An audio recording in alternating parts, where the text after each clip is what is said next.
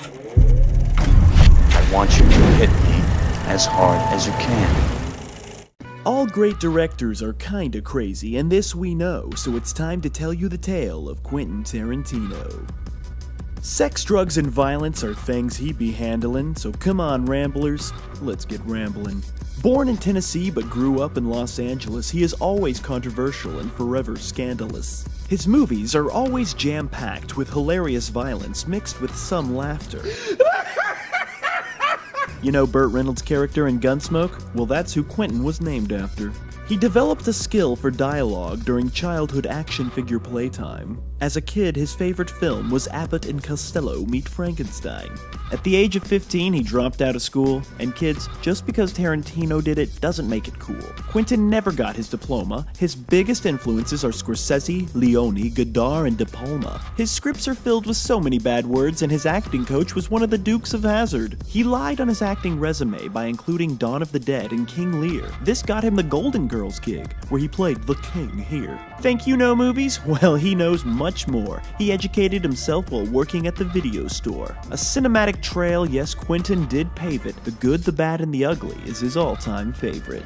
He is kinda crazy, are you getting the point now? He loves the movie Battle Royale, and a Royale with cheese is a quarter pounder. Uma is his muse. I'm glad he found her.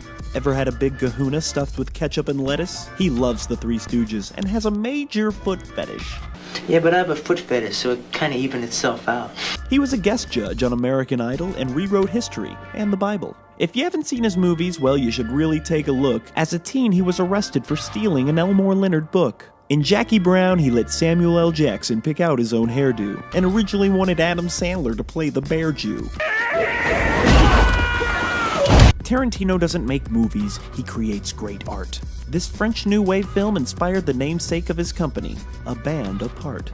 He screens Rio Bravo for girls to see if they are compatible to date, and owns a 35mm copy of Manos Hands of Fate. He wrote the first draft of Natural Born Killers, but disowned it, because he hated what Oliver Stone did. He wrote True Romance and based the main character on himself, and gave Christoph Waltz 2 Oscars for his shelf. Quentin also has won that golden statue twice. Most of his characters are anti-heroes. Not very nice. What do you think? Does he steal ideas or just an homage? I don't care, I like it, but you can be the judge.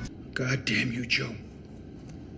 Don't make me do this. Larry, stop pointing that fucking gun at my dad! The Vega Brothers movie probably won't happen. What a pity. Quentin was paid $1 to direct a scene in Sin City. He then had Robert Rodriguez do some Kill Bill music to return the favor. Robert did it for $1. Talk about cheap labor. He also really likes the film Taxi Driver, and some of his first film, My Best Friend's Birthday, was lost in a fire. Tarantino pushes boundaries and breaks narrative rules. This is vital, and he owes his entire career to Harvey Keitel. He got Tim Roth drunk to convince him to play Mr. Orange. He also played the vampire brother of George. I love you. I love you too, sir. He cast Eddie Bunker to play Mr. Blue. He used to be an actual real-life bank robber. And a drug dealer, too.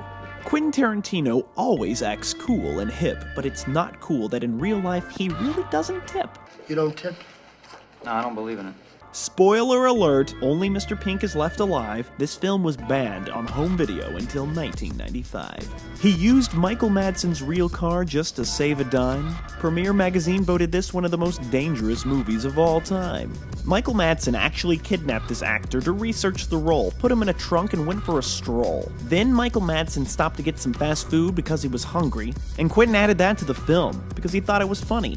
These are Chris Penn's real-life clothes. Now that's actually kinda scary. And the reservoir is actually an abandoned mortuary. He had a paramedic on the set to make sure the blood loss was accurate. Quentin loves junk-in-the-trunk POV shots. He has mastered it. He's bringing back the road show, now that's some big news. And at the Sundance screening, he yelled "stop" because of framing issues. He had faith in early 90s John Travolta, and you still wonder what's in that briefcase, don't ya? He made Travolta get drunk in a hot tub to learn about dope addiction, then he changed the world with the film Pulp Fiction. He has a wallet that says "bad motherfucker" and claims that Django and Shaft are related to each other. During production, the Vincent Vega car was stolen but found 20 years later. It's kinda crazy that he let Steve Buscemi play a waiter. His brilliance you cannot ignore. At Cannes, he won the Palme d'Or. The greatest of his generation? Well, he might be, and his best friend ever is totally not Spike Lee. His films strike the nerves of nerds, and he filmed the needle scene in reverse. The casting director for Jackie Brown's name was Jackie Brown. He loves to use the Wilhelm scream, such a wacky sound.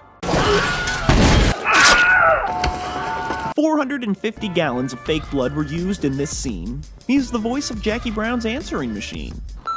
End of message. He also did a voice on Duck Dodgers on television. Move fast enough. Gravity, not matter. And walks around Comic-Con disguised as a blue demon. His films have grossed over $1 billion, and he upset this lady when he said Kill Bill is fun for children. The need for so much gruesome, graphic violence. Why not let us imagine Because it's so much fun, Jan. Get it? Real-life violence and movie violence do not compare. Go-Go's ball and chain hit Quentin in the head, but he didn't care. Kill Bill Volume 2 was filmed in a real Mexican brothel. Ain't that great? Quentin made a cameo as one of the dead Crazy 88. Want to know what's at the bottom of the bride's shoe? Well, if you look real close, it says, "Fuck you." He is waiting for this little girl to grow up before he can start Volume 3.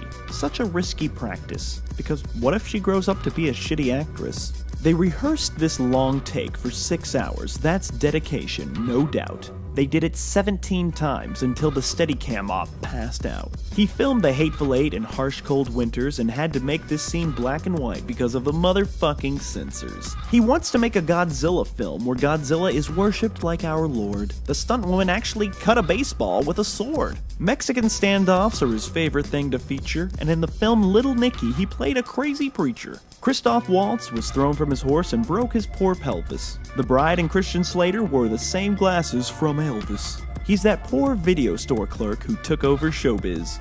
And he owns the Pussy Wagon. Yeah, it's really his. He actually choked Diane Kruger until she passed out. I'm not sure why. You strangled Diane Kruger, didn't you? Yeah, I did.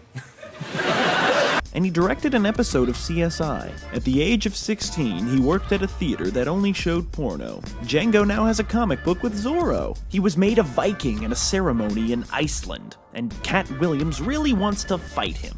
When I see Quentin Tarantino, I'm gonna take this fist and I'm gonna put it right in his mouth where he say Really? really. Originally, he wanted Leo to play this Nazi, and he loves to smack paparazzi. What are you doing? Hey, don't do that. Don't do that again. He punched Don Murphy and slammed him up against a wall. Tarantino said he'll only make 10 movies in all. Madonna wrote to Quentin and said Like a Virgin is about love, not dick, of course. And this is actually Jamie Foxx's own pet horse.